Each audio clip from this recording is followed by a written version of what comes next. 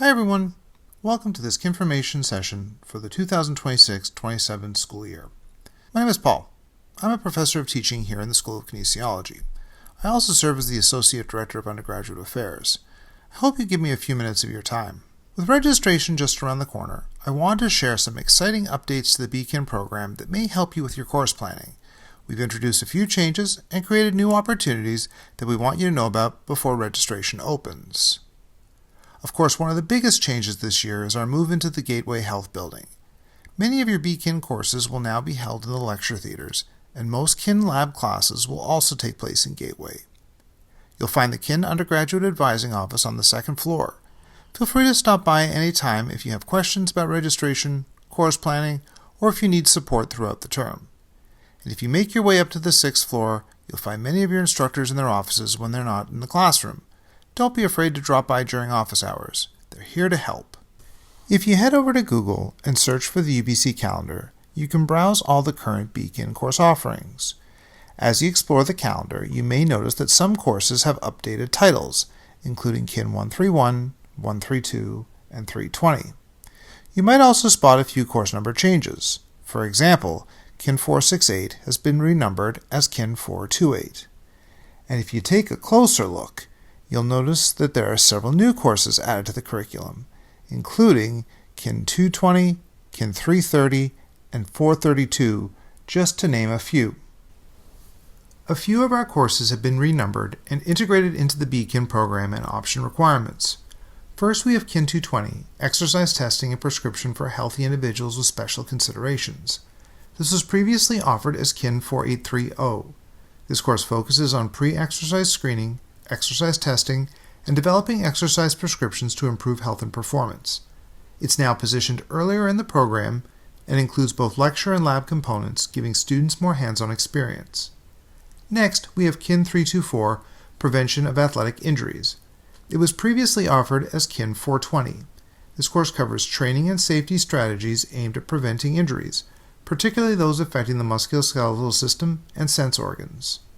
Finally, there is KIN 422, Professional Practice in Kinesiology. This course focuses on the professional side of kinesiology, including ethics, communication, collaborative care, evidence-informed practice, and decision-making in healthcare settings. This was previously offered as KIN 483M. It's designed to help students transition into professional practice by developing the skills needed to work effectively in interdisciplinary healthcare environments. In addition to updating some of our existing courses, we're also introducing 3 new BKIN courses that strengthen our focus on clinical exercise physiology and working with individuals living with chronic conditions. There's KIN 330, Clinical Exercise Physiology. This course provides students with a foundation in understanding the physiological changes that occur with chronic disease.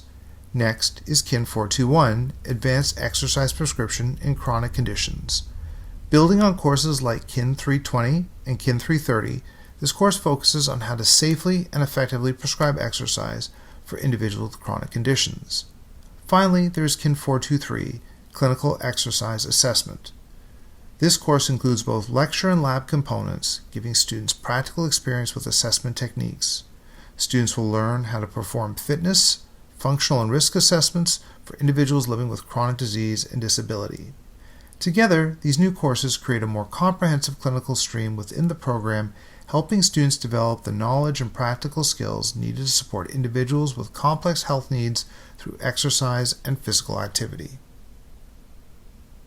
The new courses were intentionally designed to complement existing offerings and broaden the BKIN curriculum across 4 distinct areas. The first theme focuses on exercise testing and prescription. Students begin with KIN 120, move into KIN 220, which is one of our updated courses, then continue into KIN 320. The area culminates with KIN 422, where students focus on professional practice, communication, ethics, and evidence-informed decision-making. Together, these courses build both technical and professional competencies for working with clients and patients. The second option is exercise physiology. Students start with KIN 132 and KIN 235, which provide the physiological foundations. Then they progress into the new KIN 330 Clinical Exercise Physiology course. This introduces students to the physiological impacts of chronic disease and prepares them for more advanced clinical coursework. Next, we can look at the connection between Kin 324 and 424. These courses provide knowledge and skills related to injury prevention, assessment, and management in active populations. The final theme looks at clinical exercise prescription. You'll start by completing both Kin 320 and Kin 330, ensuring you have a strong foundation in exercise prescription and physiology. Then move into Kin 421, which focuses on exercise prescription for chronic conditions using an evidence-informed approach. This area concludes with Kin 423, where students gain hands-on experience conducting fitness, functional, and risk assessments for individuals living with chronic disease and disability. Overall, this structure creates a more intentional progression through the curriculum. Students can clearly see how foundational courses build towards advanced and specialized areas, particularly in the growing field of clinical exercise practice.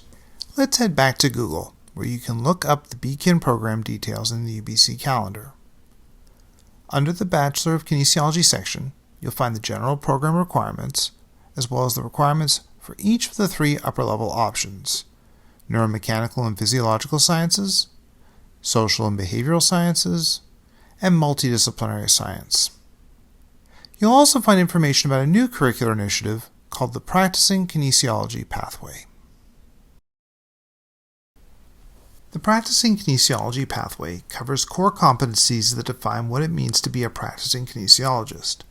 If this is something that interests you, there are a few required courses you'll need to complete throughout the degree. By the end of second year, students take foundational courses like lifespan motor development and exercise testing and prescription. Then in third year, the focus shifts more toward applied and clinical topics, including exercise prescription for people with chronic disease and disability, sports injury prevention, and clinical exercise physiology. In fourth year, students complete a professional practice course along with 3 electives from different subject areas within the pathway. And for anyone planning to pursue BCAK certification, it's important to choose electives carefully so you meet the special population's health requirement and any additional certification criteria. Students also have the option to specialize further in clinical exercise physiology. The specialization focuses on how exercise in education can be used to help prevent, manage, and treat chronic disease while also supporting healthy lifestyles. By completing the required courses and fieldwork, students will be prepared to write the Clinical Exercise Physiologist certification exams through the Canadian Society for Exercise Physiology. This can lead to careers working with individuals who have more complex chronic conditions or disabilities in clinical and healthcare settings. Students who are interested in the specialization need to formally apply at the end of third year after completing the 300-level pathway requirements. Admission is competitive and is based on academic performance and the strength of the application. Students who are accepted into the Clinical Exercise Physiology specialization will complete a few additional upper-level courses in fourth year. These include Advanced Exercise Prescription for Chronic Conditions and Clinical Exercise Assessment, which build more advanced clinical and assessment skills. Students also need to complete at least 3 credits of clinical exercise work integrated learning courses. These hands-on learning opportunities can include working with individuals with neurological conditions, spinal cord injuries, or gaining experience in primary care medicine settings. Overall, the specialization is designed to give students more practical clinical experience and prepare them for working directly with patients and clients in healthcare and rehabilitative environments. Both Practicing Kinesiology and Clinical Exercise Physiology focus on applied kinesiology, exercise prescription, and preparing students for careers in health and wellness. PKIN provides broader preparation for practicing kinesiology and the opportunity to certify with the BC Association of Kinesiologists, while CEP is a more specialized clinical focus within the larger pathway. CEP includes additional advanced courses, clinical assessments, and hands-on fieldwork experiences working with more complex chronic conditions.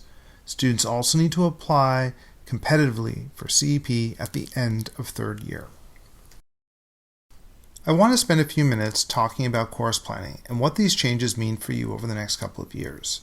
First, it's important to note that the Practicing Kinesiology Pathway will officially launch in the 27-28 academic year. Between now and then, students will have an opportunity to begin taking many of the new and updated courses that are being introduced.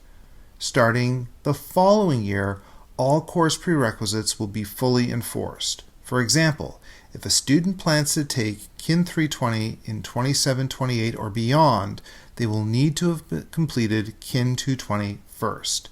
This helps ensure that students have the foundational knowledge and practical skills needed before moving into more advanced coursework.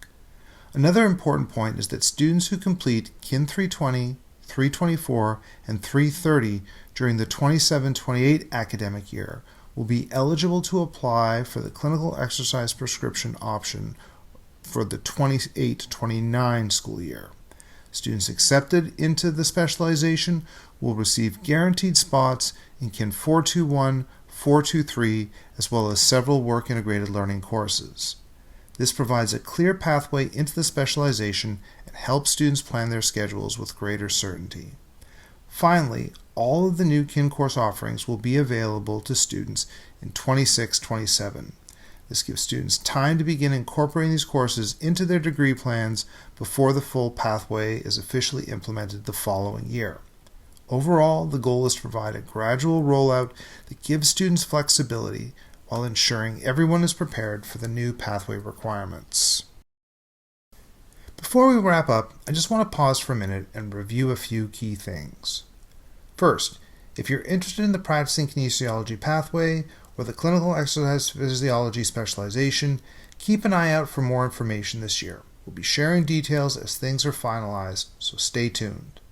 Second, there are some exciting developments coming. We have new facilities, new course offerings, and new instructors joining us, which will create even more opportunity for students.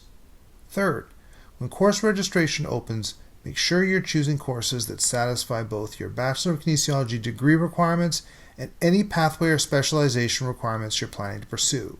A little planning now can save a lot of headaches later. And finally, because program and requirements can change, always check the UBC calendar and the school's website for the most up-to-date information. Those should be your primary sources when you're making academic decisions.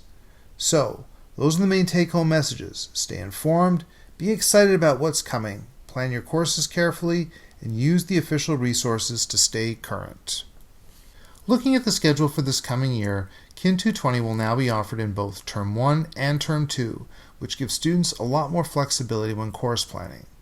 We'll also be offering Kin 330 in both terms, which is helpful for students interested in clinical exercise physiology or those trying to fit required courses into a busy schedule. In Term 1, you'll also see Kin 421, 422, and 423. Term 2 will be adding Kin 324, and 423 will continue to be offered as well. The main takeaway is that we're expanding course availability to provide more options and make it easier for students to progress through their degree requirements. One important reminder, while this slide shows when courses are planned to be offered, you'll want to check Workday for the most current class schedules, section information, and lab times where applicable. As you're planning your registration, make sure you review both your degree requirements and your option requirements so you can take advantage of these new offerings. Registration can be a busy and sometimes stressful time, and it's natural to have questions along the way. If you need any assistance at any point, I encourage you to connect with a member of the Kin advising team. Don't hesitate to reach out. It's always better to ask questions early and feel confident in your decisions. You're welcome to drop by the advising office on the second floor of Gateway or contact us using the email address below. We're here to help. That's everything from me today. Thanks so much for listening and for your time. I hope this has helped make the registration process a little clearer. Wishing you all the best with registration. I hope everything goes smoothly. Thanks again, and good luck.